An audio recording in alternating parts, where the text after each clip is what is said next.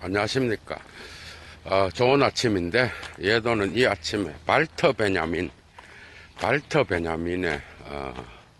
미학을 다루겠는데, 주로 아우라라고 하는 이 개념, 발터 베냐민의 아우라, 이 개념을 가지고 여러분들과 강좌를 열겠습니다. 베냐민은 프랑크푸르트 계열에 속하는 그런 철학자로서 하버마스가 특히 유대인으로서 나치의 경험을 했던 이 발터 베냐민의 철학을 하버마스가 진단하면서 그의 철학을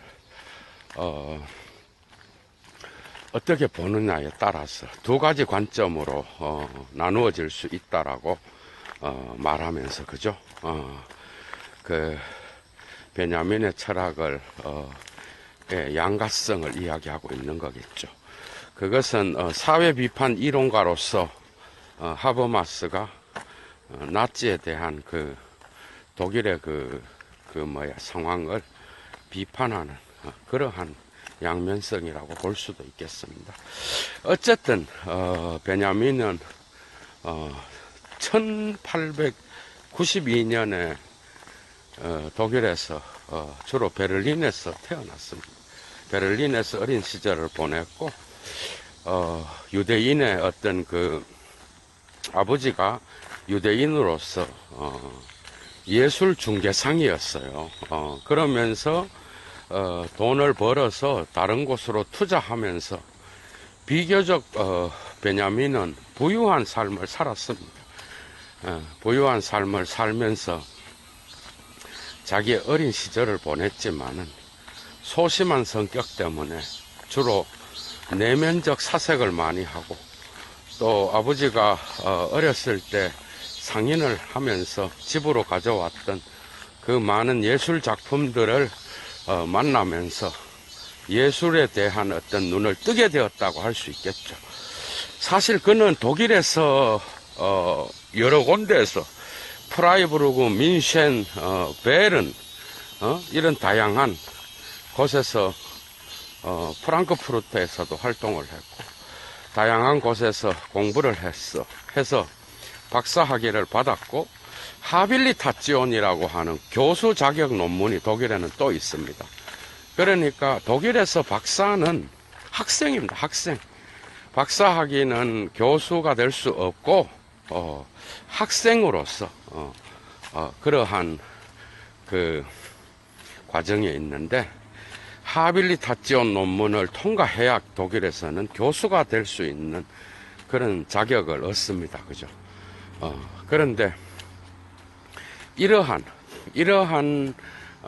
상황에서 그는 박사학위를 끝내고 하빌리타지온을 써서 제출했지만은 예술에 대한 논문입니다. 그것도 그러나 여러 가지 이유 때문에 통과되지 못했어요. 그건 여러 가지 이유가 있었겠죠. 운도 상당히 많이 작용하고, 여러분, 베냐민, 데리다 전부 다가 학위랑은 관계가 없는 자들입니다. 그런 것처럼 그래서 베냐민은 독일에서 교수로서, 미학 교수로서 활동할 수는 없게 되었어요. 이제 하빌리타지온이 미끄러졌으니까. 그래서 베냐민은 이제 자유사상가, 그 다음에 야인이 되어서 책을 쓰고, 그 다음에 주로 대중에게 자기의 책을 통하여 소통하는 그런 철학자, 그런 미학자, 또 예술평론가, 문예비평가, 그런 것으로 활동하게 되었습니다. 그래서 베냐민은 이러한 과정을 겪으면서 또 1933년, 그러니까 그가 40대가 다 되어서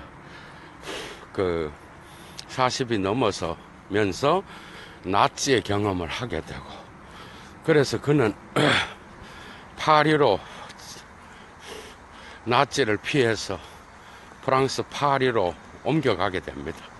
거기에서도 그는 운동자로서 도시에 깊숙이 들어가 살기보다는 파리의 도시를, 자본주의 도시를 비판적으로 사색하는 그런 관점에서 살다가 결국은 1940년도에 스페인으로 어떻게 보면 나치의 어떤 그 힘이 유럽의 전체를 집어삼킬 때 그는 망명 중에 사망을 했다고 하는 어떻게 보면 타살적 자살이라는 그런 말을 많이 하죠.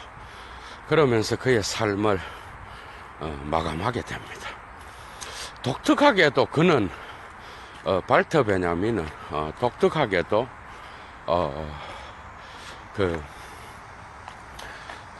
자기의 철학에서 특히 그는 유대인으로서 유대 철학, 유대 신비주의 철학인 까발라, 그 다음에 신학, 신학적인 부분이 중요하고 그는 또한 다른 한편으로는 마르크스주의자였습니다.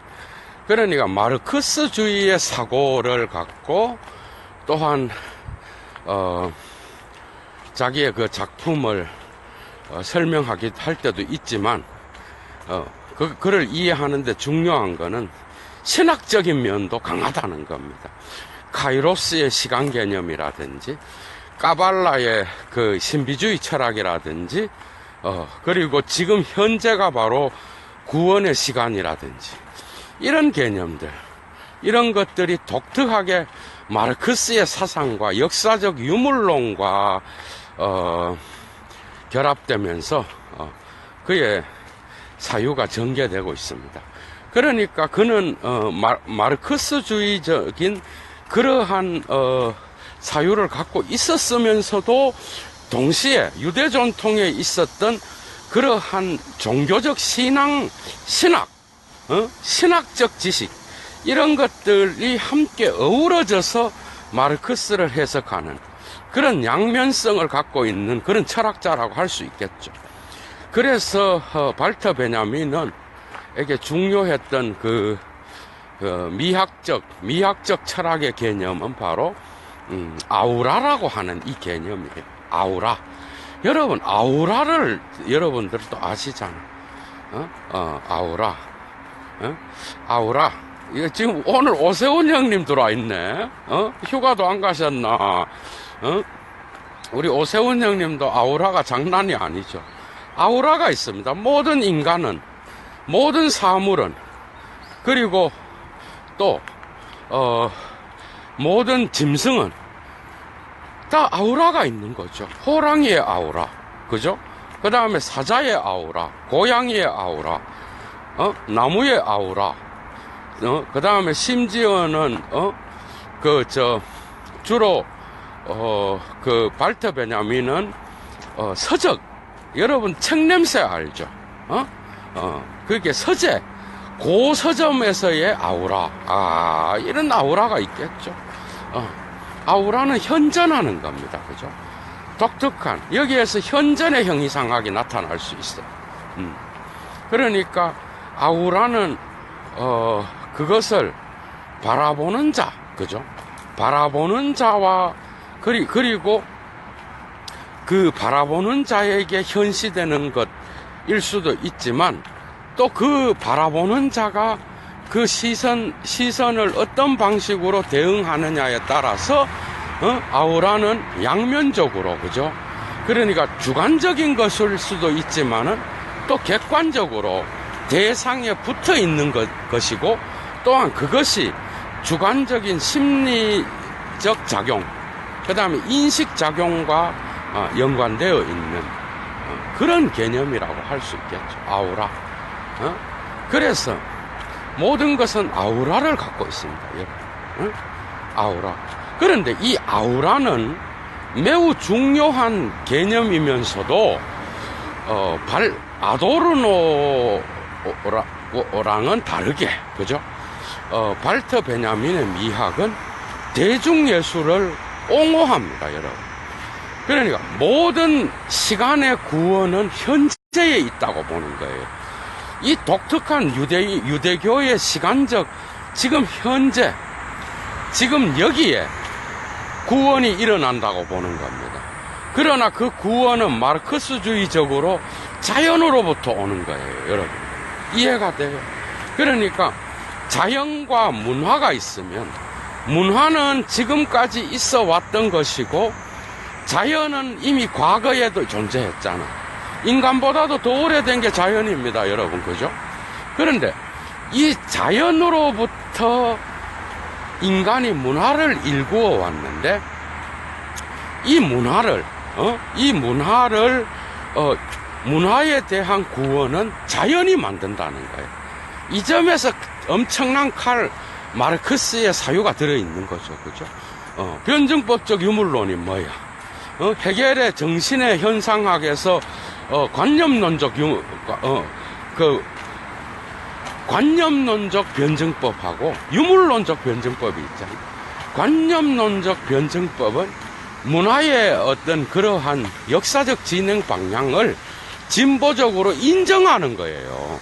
왜냐하면 인간의 정신이 이 문화를 만들어 왔잖아, 역사적으로. 그러니까 중세보다는 현대가 더 진보적인 거고, 그 다음에 고대보다는 중세가 더 진보적인 거고, 이런 식으로 보는 그러한 역사관이라고 할 수 있겠죠. 물론 인문학적으로 볼 때 중세보다는 고대의 그리스 시대가 더 가치가 있었다라고 서구 철학자들과 역사가들은 하는 사람도 많지만, 어쨌든 인간이 만들어 왔던 문화를 옹호하는, 그게 바로 정신현상학의 정신의 변증법이겠죠, 여러분. 그런데 역사적 유물론은 뭔가 하면은 철저하게 사물의 어떤 그 역사성, 그 배후에는 물질의 역사성이 있다라는 거예요. 이 물질적 조건에 따라서 문화의 상층부가 형성됐다고 보기 때문에 독특한 발터 베냐민은 유대교 신학에 어느 정도 정통해 있었고, 또한 또 마르크스주의 사상을 유대교적으로 해석한다는 관점에서 자연이라고 하는 이 웅대한 과거가 지금 현재를 치유한다고 보는 거예요, 여러분. 이해가 돼? 그게 예술이 있는 거예요. 그러니까 지금 여기를 옹호하면서 치유는 예술 작품에서 드러나는 자연의 힘이라든지 물질의 힘, 그 다음에 사물의 힘 같은 것에서 찾을 수 있다라고 본 거라고. 그러니 인간이 만들어 놓은 문화의 타락을 예술 작품을 통하여 과거의 어떤 시간에 의하여 특정한 구원의 시간이 과거 속으로 들어가서 현재를 구원하는, 그렇기 때문에 현재는 중요한 거라는 겁니다. 그러니까 시간성은 베냐민한테서는 어떻게 진행되는가 하면은 현재가 과거가 현재를 구원하는, 그러니까 미래와 과거, 미래는 과거의 전통의 신으로부터 나오는 거예요. 그러니까 신은 과거에 이미 자연과 함께 있었잖아, 그죠? 그런데 이 신이 과거의 어떤 그 자연의 그러한 그 인간의 원본적인 이 세계, 인간의 문화가 발달되기 이전의 자연의 상태, 그죠? 그것이 그 시간, 그 카이로스가 지금 현재 매 순간 계시된다고 봤다라는 거예요. 그것을 어떻게 보면 그 과거는 미래랑도 크게 다를 게 없습니다. 미래로부터. 그러나 신의 과거와 미래는 언제나 인간의 현재를 결정한다라고 하는 이런 사유도 들어 있습니다. 그러니까 이건 바울의 카이로스랑은 조금 다른데, 바울의 카이로스랑은 좀 다른 그러한 유대교의 신비주의 전통의 시간성이라고 볼 수 있겠죠. 카이로스. 그러나 신이 현현하는, 신이 자연 속에서 현현하듯이 신이 지금 이 시간 문화 속에 현현한다고 봤다라는 거예요. 그래서 그의 철학은 자본주의 사회에서 나오는 그러한 문화 산업의 그 예술을 비판하지 않습니다. 지금 현재에 나타나는 20세기 초반에 나타났던 그러한 예술의 어떤 그러한 특징들 중에서 그 당시에 지금 여기에 예술을 결정했던 것은 바로 영화와 그 다음에 사진이었어요, 여러분. 이해가 돼? 영화와 사진은 뭐야? 복제를 할 수 있고, 그리고 영화는 또한 편집이 가능한 거예요. 이해가 돼? 그러니까 영화와 사진이라고 하는 이 복제가 가능한 기술 문화에서 나오는 이러한 예술을 비판하는 것이 아니라 지금 여기에 구원을 가져다 주는 예술은 그 당시에는 이제는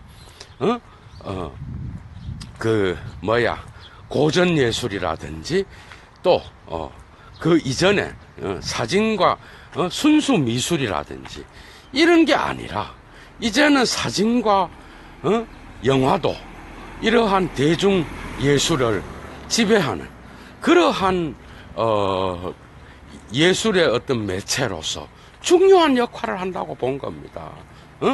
베냐민이 그래서 지금 여기에 구원의 시간이 있다라는 건 자본주의가 가져왔던 그러한 예술이 배척되어야 될 게 아니라 오히려 긍정해야 할 현상이라고 봤다라는 거야.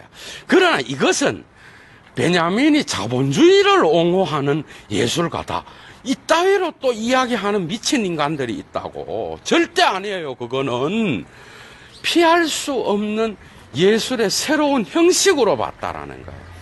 두 번째, 그가 이러한 그 자본주의의 기술 문명의 예술, 곧 사진과 영화, 복제 가능하고 편집 가능한 이러한 예술의 형식을 소중히 여겼던 것은 그 이전의 예술은 부르주아 예술이었어요.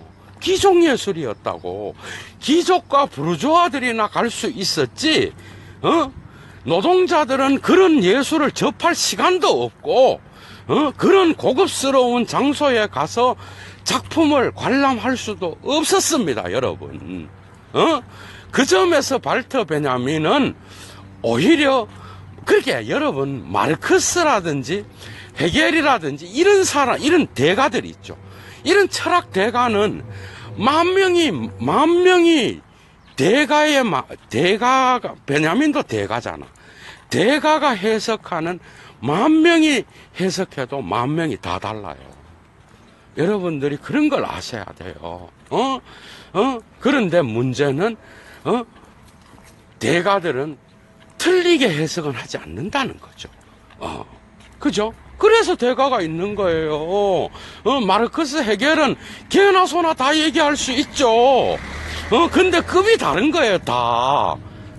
그러니까 베냐민은 마르크스주의자로서 그 프롤레타리아들이 경험할 수 있는 예술 형식으로 긍정적인 것으로 받아들였다는 거야. 자본주의가 낳은, 예를 들면 이런 거예요. 예를 들면 예도가 지금 구글이라는 게 없었으면 예도와 같은 야인은 책이 아니면 강좌를 열 수도 없는 거야. 그렇잖아.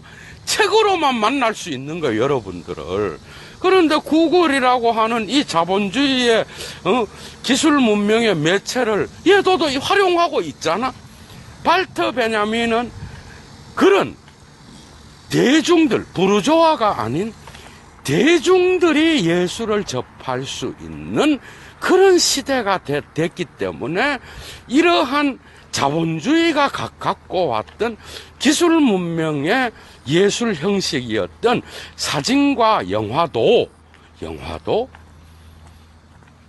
좋은 받아들여야 할 예술 안에 집어넣어야 된다라고 생각을 했다라는 거예요. 아, 정말. 그런데 이제 아도르노는 이런 영화와 같은 이런 건 예술이 아니라고 봤습니다, 여러분. 이게 이제, 완전히 다른 거죠. 발터 베냐민이랑.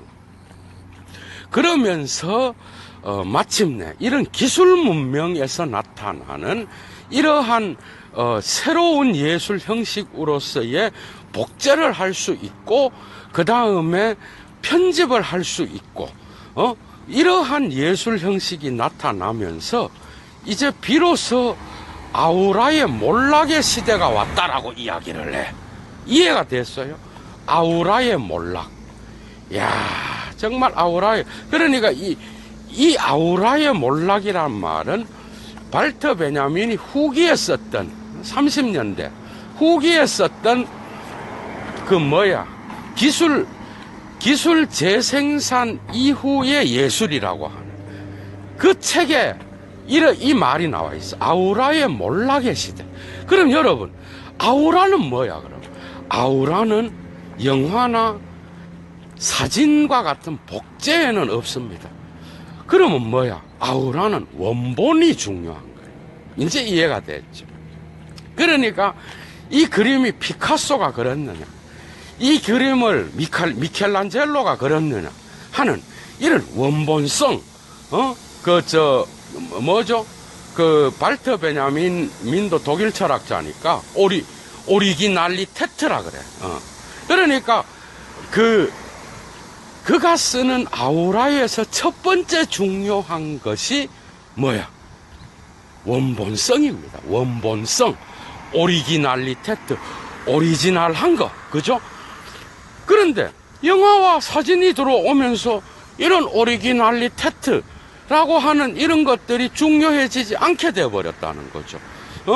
그러면서 아우라가 몰락이 됐고, 두 번째 아우라의 특징은 유일회성입니다, 여러분.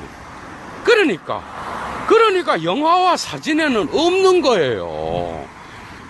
영화와 사진에는 이게 있을 수가 없는 거야.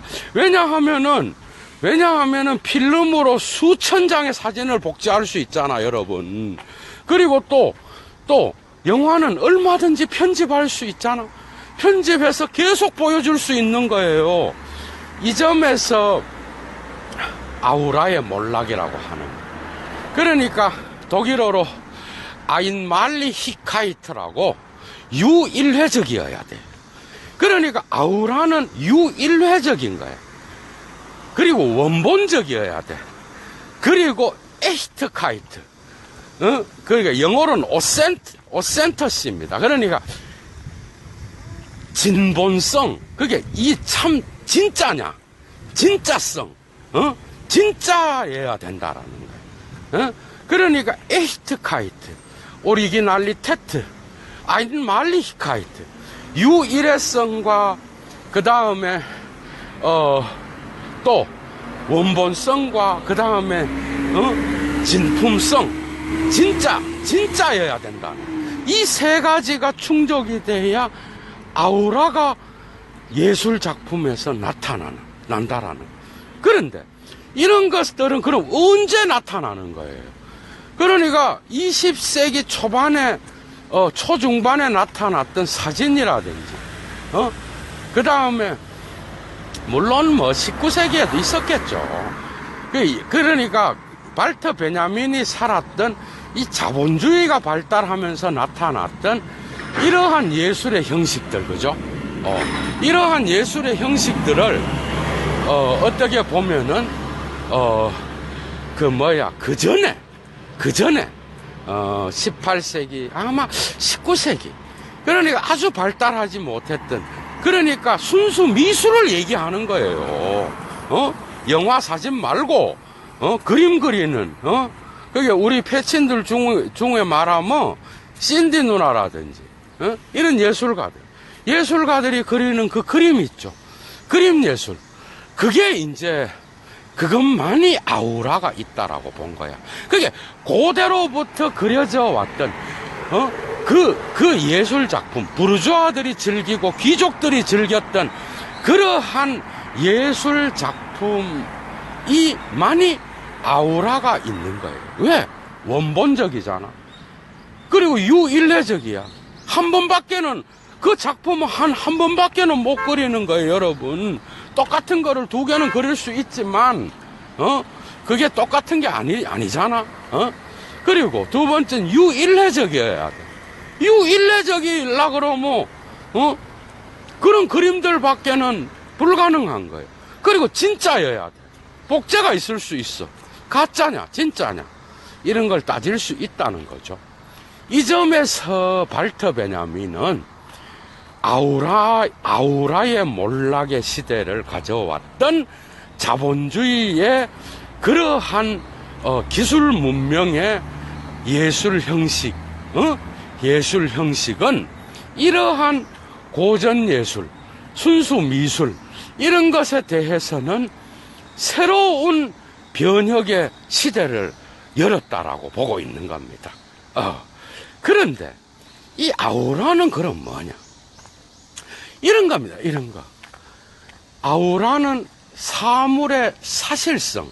그러니까 여기서도 마르크스주의와 그 다음에 유대교 전통의 까발라 신비주의가 들어있습니다. 카이로스의 시간이 들어있어요. 그러니까 뭔가 하면 이런 거야. 예도가 고서점에 들어갔어. 고서점에를 들어갔는데 고서점에서 나는 냄새가 있어, 여러분. 여러분 생각해봐. 그 냄새가 있고, 그 책들이 어우러져서 만들어내는 유일례적 어떤 그 향기와 냄새와 독특한 어떤 그러한 아우라가 있죠. 그러니까 그 아우라는 또한 그 아우라를 느끼는 인간의 주체와의 관계 안에서 상호적으로, 그죠? 상호적으로 냄새, 향기, 시각, 그 다음에 또, 이런 거에 의하여 발달할 수 있는, 그죠? 봄으로써, 그 다음에 냄새를 맡음으로써 알 수 있는 그러한 어떤 그 사물의 어떤 그림자와 같은 겁니다. 그림자도 아니야. 사물에서 느껴지는 보이지 않는 뭔가가 있단 말이지. 그런데 그것은 매 순간 지금 여기에서 느껴진다라는 거야. 그 이유가 뭐지? 그 이유는 매 순간 지금 여기에서 느껴지는 이유가 뭐야? 그 이유는 이런 거죠. 주체가 그것을 아우라라는 거는요, 대상에게만 있는 게 아니잖아. 대상은 아우라를 낼 수 있지만 모든 아우라는 지 혼자 백날 발산을 하면 뭐하냐고. 모든 아우라는 그걸 보는 자의 주관적인 수용 방식에서 나타나는 거야. 그러니까 그걸 볼 때마다 그 아우라는 다르게 현존하는 겁니다. 그러니까 데리다의 현존의 형이상학은 발터 베냐민의 이 아우라의 개념에 기가 막혀 맞아 들어가는 거예요. 이해가 돼요? 그렇잖아. 현존의 형이상학이 꼭 나쁜 게 아니잖아요. 나쁘기는 뭘 나빠. 서구 중심의 사유에 그게 들어있다는 거지. 그죠? 이런 현존의 형이상학, 현재 지금 나타나는 거예요. 그래서 아우라는 모든 매 순간 나타나는 그 순간에 인식을 구원합니다. 그래서 미학은 시간적으로 언제나 지금 여기에 구원을 가져와야 되는 거예요. 이게 이제 마르크스적 사유와 유대 까발라 전통과 그 다음에 카이로스의 시간 개념이 들어있다고요. 그래서 예술의 시간은 언제나 신이 어디에 있어? 마르크스주의적으로 어떻게 봐? 신은 자연과 함께 있는 거예요. 인간이 문화를 만들었던 그 상부구조인 이데올로기를 형성했던 물질성에 있는 거 아니야. 물질성은 노동과 함께 가는 거고, 그 노동은 뭐야? 그 노동은 언제나 자연과 이 관계 안에서 형성된 거잖아. 그러니까 언제나 인간은 과거로부터 구원을 얻는 겁니다. 독특한 시간 개념이야, 그죠? 독특한 시간 개념이라고. 그러니까 베냐민을 이해하기 위해서는 마르크스주의를 유대적인 신학적으로 유대적 신학을 가지고 마르크스주의를 해석한 이 양면성이 베냐민의 철학을 관통하고 있습니다. 마르크스주의자인데 유대적 마르크스주의자예요. 독특한 인간이지. 그러니까 과거로 가서 그 과거를, 그죠, 여러분? 그 과거로 들어가서 그 과거 안에서 그거를 해석하는 거죠. 그래서 그 과거에 신적 기운이 있었던 신이 자기 자신으로부터 최초에 나왔던 인간에 의해서 오염되지 않는 그 아우라의 원본성이 있겠지. 그 아우라의 원본성은 카이로스로서 매번 예술 작품의 미학 속에 매번 매순간 그것을 바라보는 자에게 지금 현재 나타난다는 거예요. 지금 현재. 그러니까 신이 계시되는 현상입니다. 신이 지금 현재 계시되고 있는 지금 현재의 시간 속으로 들어오고 있는 그러한 침투의 시간이 바로 카이로스잖아, 그죠? 그러니까 그러한 개념. 그래서 아우라에는 언제나 신의 현전의 형이상학이 있는 거예요. 이건 예도의 해석이지만 재밌죠? 그러니까 지금 현재 예수를 경험해야 되는 거예요. 이런 아우라. 그러니까 책 냄새가 주고, 또 책은 뭐예요? 책은 전시도 서점 안에서, 그리고 고서점 안에서, 도서관 안에서 그 고서적이 꽂혀져 있잖아, 그죠? 그 사물성 자체, 사물성, 자할리히카이트라 그래, 독일어로. 그러니까 사물성 자체로부터 형성되는 그러한 것들, 사진의 역사라든지 이런 얘기는 사진의 역사라든지, 그 다음에 또 뭐에 대해서 썼더라 그 친구가, 그 먼 계기들이라는 책이 있어요. 모멘트. 그 두 권의 초기 작품에서 이런 얘기를 합니다, 여러분. 사물성이 있고, 그 사물성은 뭐야? 릴케의 계기들인가? 하여튼 뭐 그런 책이 있어. 그러니까 그 사물성 자체로부터 나오는 그 아우라를 경험하는 건 지금 현재 이 시간입니다. 근데 지금 현재 이 시간에 그 아우라를 느끼는 그 주체가 있겠죠. 그 주체는 언제나 지금 현재 구원의 시간을 경험하는 거예요. 그러니까 자본주의가 아무리 발달을 해도 발터 베냐민은 이러한 예술의 형식을 통하여 과거의 구원의 시간 속으로 들어갈 수 있다라고 본 거야. 아니면 과거의 그 구원의 어떤 그러한 신적 시간, 인간의 노동의 시간, 자연과 접하고 있는 그러한 문화 초기의 그러한 시간, 그죠? 역사적 유물론의 시간, 그 시간이 자본주의가 발달한 그러한 복제 재생의 예술 형식의 시간 속에서도 현존한다라고 봤다. 이제 이해가 되죠. 그래서 베냐민은 결코 그 자본주의에 의해서 발달된 예술 형식인 사진과 그 다음에 또 뭐죠? 영화를 결코 나쁜 것으로 보지 않았어요. 왜? 자본주의가 만들어낸 지금 현재의 예술 형식은 이런 것에 의해서 발전되리라는 걸 미리 상당히 아도르노보다는 상당히 포스트 모던적인 사고를 가졌던 자예요. 이 사람도 현대를 21세기를 예언했던 자야. 이 사람도. 그러니까 두 번째는 마르크스주의자들이 뭐야? 노동자잖아. 노동자에 대한 그 권리를 옹호하는데 예술은 그 뭐야? 고전 미술은 미술하는 자들 가난하다고 얘기하지만 미술계나 미술을 보는 자들은 부르주아들이 많았어요. 그 당시까지는. 노동자가 언제 가서 예술 작품을 보고 지랄하고 있냐고.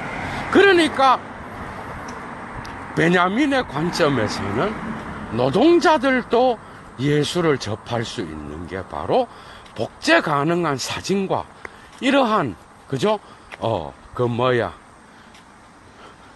그 영화나 이런 거였다라고 봤던 거예요. 그래서 이러한 예술 속에서도 언제나 이런 카이로스로서의 구원의 시간을 경험할 수 있다라고 봤다라는 거예요. 그래서 아우라의 몰락이 오면서 새로운 복제 예술이 왔는데 그 아우라를 창출하는 방식은 다르겠죠. 아우라의 몰락이 오면서 새로운 예술 형식이 나타났는데 그게 바로 영화와 사진이었다라고 보는 겁니다. 그래서 여러분들이 잘 알아야 되는 게 스탈린 때문에 마르크스가 마치 스탈린 때문에 파시즘과 비교될 때가 많아. 참 비극이죠. 그러니까 여러분 생각해봐. 뭐죠? 그 당시에 파시즘, 그러니까 무솔리니라든지 히틀러는 영화를 이용했습니다. 여러분. 그러니까 영화는 언제나 정치에 이용될 수 있어요. 이 현상을 Die Ästhetisierung der Politik이라 그래요. 그러니까 정치의 미학화. 그러니까 영화의 시대가 오면서 정치가 영화를 통하여 대중을 지배하는 이런 예술을 경계해야 된다라는 거야. 그런 예술이 있겠죠. 그러니까 그런 예술을, 그러니까 베냐민은 이런 예술 아도르노처럼 퇴폐적이고 다 버려야 된다. 이게 아니라 정치를 미학화하는 파시즘의 영화 이용과 같은 건 경계를 해야 된다라는 거예요. 그러나 그는 대중은 언제나 영화와 같은 이러한 자본주의적가 낳은 기술 문명이 낳은 이러한 영화 형식을 통해서도 대중은 예술을 이러한 파시즘에 이용되지 않는 그런 예술을 경험할 수 있다고 본 거예요. 그거를 발터 베냐민은 예술의 정치화라 그래요. 그러니까 Die Politisierung der Kunst. 그러니까 예술의 정치화. 이런 거는 좋은 거죠. 그러니까 대중예술이 들어오면서 영화는 정치적으로 이용될 때는 무서운 파시즘을 만들 수 있다라고 봤다라는 거예요. 여러분. 이해가 되죠? 그런데 이런 것들을, 역으로 해석해서 예술의 정치화를 통하여 올바른 예술가의 어떤 그러한 인식이 필요하다라고 봤다라는 거예요. 근데 오늘날 어때? 예술가들 정치의식이 있나? 있는 사람 많겠죠. 나는 절대 무시하진 않습니다. 이럴 때는 예도는 철학자로서 강조를 하니까 여러분들은 예술가들 혹시 나중에 예도 TV 통하여 예도의 미학을 들을 때 여러분들이 생각을 해봐요. 이 세계의 아도르노가 얘기했잖아. 이 세계에 대한 기존 질서를 옹호하는 이데올로기를 만들어내는 그런 예술을 할 건지, 아니면 그런 이데올로기를 비판하는 예술을 할 건지, 그건 여러분들의 자유입니다. 발터 베냐민에게서도 마찬가지로 정치의 미학화, 뭐예요? 파시즘에 이용할 수 있고 대중을 갖다가 돈벌이의 수단으로 활용할 수 있는 그러한 것을 경계해야 된다라고 베냐민은 이야기하고 있는 거야. 이런 대중문화가 발달하고 대중예술이 기성을 부리는 이런 시대에 우리 관람자들은, 지성인들은 예술가들의 그런 의식을 언제든지 비판할 수 있어야 됩니다. 그리고 자기 비판이 없는 그런 예술가는 살아남지 못한다고 본 거예요. 오히려. 왜? 대중예술은 오히려 이데올로기에 의해서 언제나 오염될 가능성이 많기 때문에, 그죠? 그만큼 확산력이 크고 그만큼 부작용이 큰 게 바로 대중예술이라고 봤다라는 겁니다. 기가 막힌 어떤 그런 미학입니다. 베냐민의 미학은 되게 현실적이죠. 그러니까 아도르노는 대중예술 자체를 거부하면서 이런 것들은 이데올로기화될 가능성이 있다라고 이렇게 그냥 치부했는데, 베냐민은 그렇게 안 나갔어. 발터 베냐민은 오히려 같은 프랑크푸르트 출신이고 그쪽 계열에 있었던 철학자였지만은, 베냐민은 오히려 이런 대중예술은 지금 여기에 구원을 민중에게 가져다 줄 수 있는 그런 예술 형식이다. 그러나 조심해야 될 거는 이러한 대중예술의 형식이 언제나 정치의 미학화가 됨으로써 정치에 의해서 이용될 수 있는 특정 이데올로기를 옹호하는 그런 수단이 되기 때문에 우리는 언제나 경계하고, 영화 한 편을 봐도 그 영화를 비판적으로 볼 수 있고, 그죠? 여러분, 얼마 전에 했던 그런 영화 있잖아, 그거. 얼마나 그 한국 사회의 저변을 해학적으로 표현하고 있습니까, 여러분? 언제나 우리는 그 대중예술을 만들어내는 자들의 그 의식과 그 다음에 그걸 무턱대고 보고 그냥 좋네, 이게 아니라는 거죠. 그 점에서 역기능과 순기능을 베냐민은 이야기하고 있다라는 거예요. 그게 아우라의 몰락 시대는 이러한 역기능이 있었다는 거예요. 그러나 오늘날 아우라가 없느냐? 아니죠. 오늘날은 대중예술만 있는 게 아니잖아, 여러분. 그죠? 그게 아니잖아. 대중예술만 있는 게 아니라, 그럼 뭐예요? 같이 공존하잖아요. 순수 미술도 있고, 아우라의 몰락의 시대가 왔다는 거지, 아우라 예술 작품에서 아우라가 사라졌다는 건 아니라는 거죠.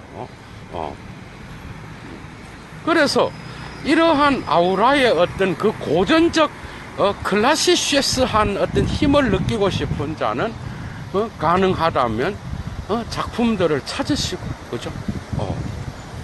그런 것이 있다는 것. 근데 이러한 이론이 오늘날 포스트 모던 21세기에는 너무나 발전해 있는 그런 매체 사회이기 때문에, 발터 베냐민의 상당히 그 당시에는 진보적이었던 이런 예술관이 오늘날은 또 적용될 수 있느냐 할 때에, 오늘날은 또 다르게 또 다른 어떤 것들을 이야기할 수 있는 것이 되겠죠. 그러나 미학의 세계, 그죠, 여러분?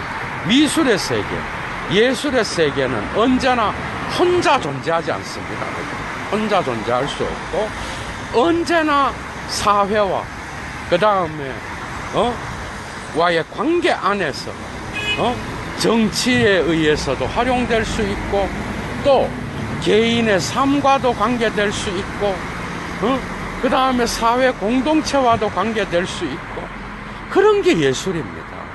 그래서 예술은 언제나 열려 있어야 된다는 게 예도의 생각입니다. 열려 있어야 되고, 그 예술을 비판적으로 고찰할 수 있고, 또 이러한 현대 예술에서도 언제든 아우라를 디스커션 할 수 있지 않을까. 예도는 그렇게 생각합니다. 언제든 이 아우라의 개념, 그죠? 이런 아우라도 이러한 과학기술 문명의 예술성 안에서도 우리는 경험할 수 있다라는 거. 이거는 또 다른 발터 베냐민에 대한 비판적 고찰이라고 할 수 있겠죠. 어쨌든 엄청 많은 것들을 해야 되는데, 그래서 우리에게 구원은 이런 겁니다. 예술을 떠나서 마지막으로 예도가 얘기하고 싶은 거는, 여러분들 생각해봐. 여러분들이 갖고 있었던 도시 문명 알죠? 도시 문명을 생각해봐. 도시와 여러분들 자연이 있는 시골을 생각해보라고. 그러면 대부분의 사람은 도시가 진보적 문명이라고 생각할 수 있어요. 어느 누구도 어릴 때 시골에 가서 살고 싶은 사람이 많지 않다고. 많지 않아요. 다 이게 진보된 사회. 이데올로기로 점철된 사회라고, 도시는 여러분. 그런데 자연으로 들어가요. 그건 우리가 잃어버린 과거의 시간입니다. 그 과거에는 아우라가 숨어 있어요. 그리고 매 순간 우리는 물질의 사물성 자체, 물질의 그 사실성 자체로부터 우리는 우리의 정신의 문화를 치료할 수 있다라고 봤다라. 이 치료의 어떤 시간이 있죠. 그거는 우리가 베냐민을 신학자로 봐도 될 정도입니다, 여러분. 우리는 언제나 이 도시에서 지쳐 있을 때 병에 걸리거나, 더 이상 이런 이데올로기 사회 속에서, 못 버티고 우리는 시골로 내려간다고. 자연과 만나고. 그 속에서 죽을 때까지 도시에서 죽는 사람도 있어. 근데 지금 논의에서는 핵심은 그게 아니에요. 우리는, 우리가 원본적으로 살았던 그러한, 과거 속으로 돌아간다고요. 거기에서 우리는, 치료가 될 수 있고, 그 다음에 우리의 정신이 언제나 변증법적 유물론, 헤겔의 변증법, 그것은 마르크스의 변증법에 의해서 보충되어야 된다는 게 이런 겁니다. 그러나 여기서 헤겔의 정신개념은 오해될 소지가 상당히 있는 거예요. 굳이 얘기를 하자면 그렇다라는 거예요. 진보를 이루어왔던 인간의 문화, 그 속에서 느껴지는 도시의 공허함, 이런 것들을 베냐민이 파리를 가서 보게 되었다는 것 아니겠어요, 여러분? 그 속에서 예술이란 무엇인가를 고민할 때 예술은 언제나 그 원본성을 회복하는 그러한 기능을 할 수 있다. 그래서 예술의 풍크찌오 니룽이라고 하는 예술의 어떤 바꾸어 기능하는 그런 역할, 그죠? 그런 역할을 발터 베냐민은 보았다라고 할 수 있습니다. 참 불행한 삶을 살다가 간 사람인데 상당히 아까운 사람이고, 한 20년 더 살았으면 대작들이 막 쏟아져 나올 사람인데, 아까운 인물입니다. 얘도 오늘 강좌 마치겠습니다. 오늘 강좌 제목은 베냐민의 미학, 아우라? 베냐민의 아우라? 어떻게 할지 모르겠어. 어제도 좋은 하루 되십시오. 얘도 목이 다셨습니다. 주스